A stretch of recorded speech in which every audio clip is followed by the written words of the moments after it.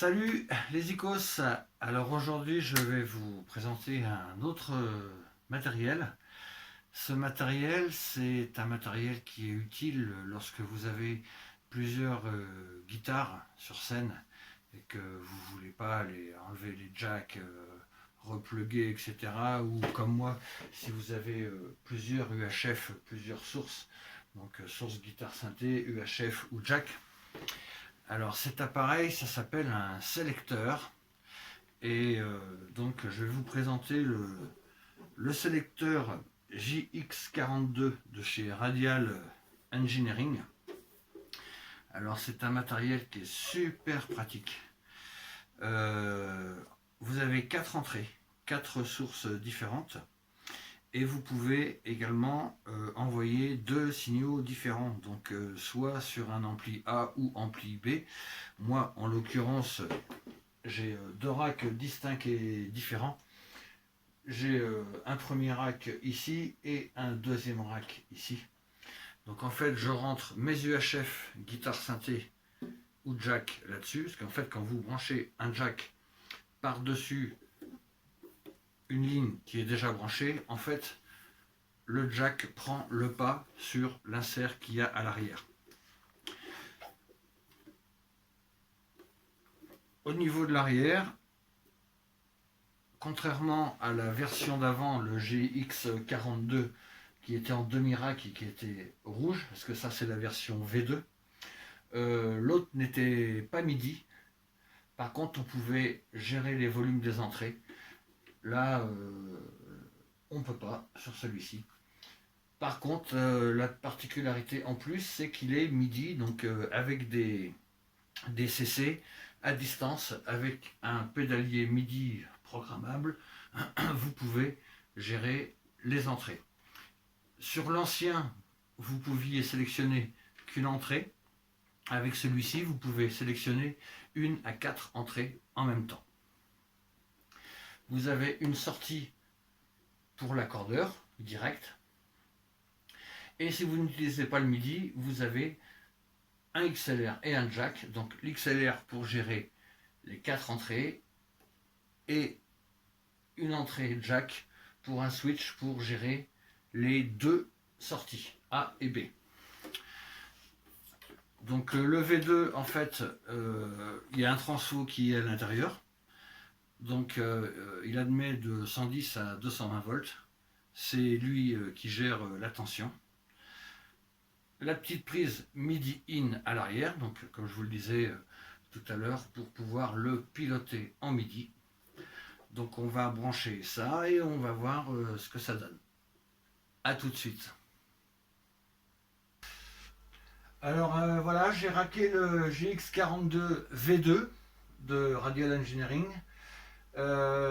Donc j'ai tout connecté, mes 4 UHF, mon rack synthé, et j'ai relié également le rack ici, le rack 2 et le rack 1 au niveau des ampes select, et j'ai branché l'accordeur sur la sortie direct tuner. Donc cet appareil là, en fait, on peut tout embrayer et débrayer manuellement, vous voyez.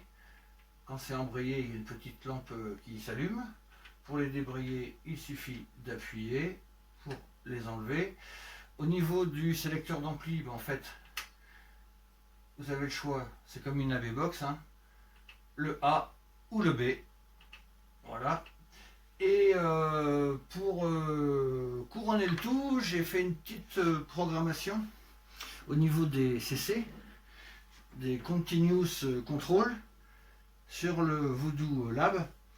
Et donc on peut s'apercevoir que lorsque j'appuie sur les presets, donc là j'appuie sur le 1, on voit que le 1 s'allume, je rappuie dessus pour l'enlever, le 2, le 3, donc ça fonctionne bien en MIDI, et le 4, voilà, il est allumé. Au niveau de l'accordeur, chose importante, dans cette version là, en fait vous ne pouvez accorder que les canaux qui sont débrayés. Donc là par exemple je suis en 4, le 4 est éteint, c'est à dire qu'il est débrayé. Lorsque je mets le volume de ma guitare, Voilà, on voit que l'accordeur fonctionne.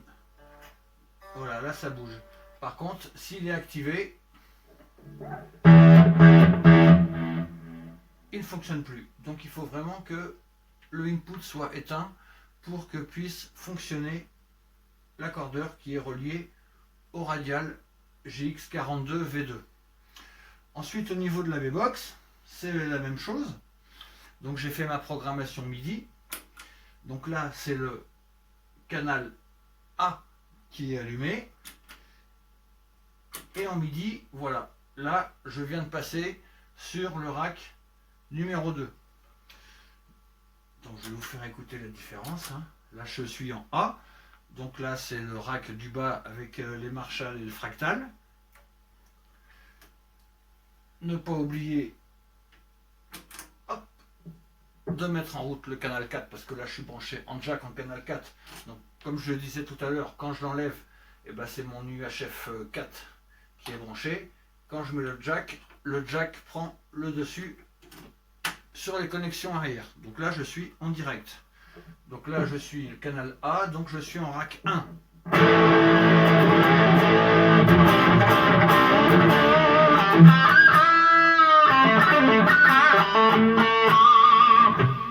Et là je vais passer au rack 2 en MIDI. Hop, je suis passé sur le B, donc là je suis passé sur le Art et le Digitech.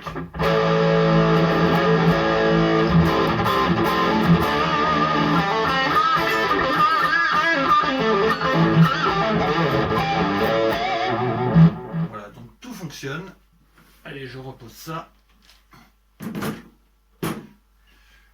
Donc c'est vraiment super silencieux, toutes les connexions sont plaquées or.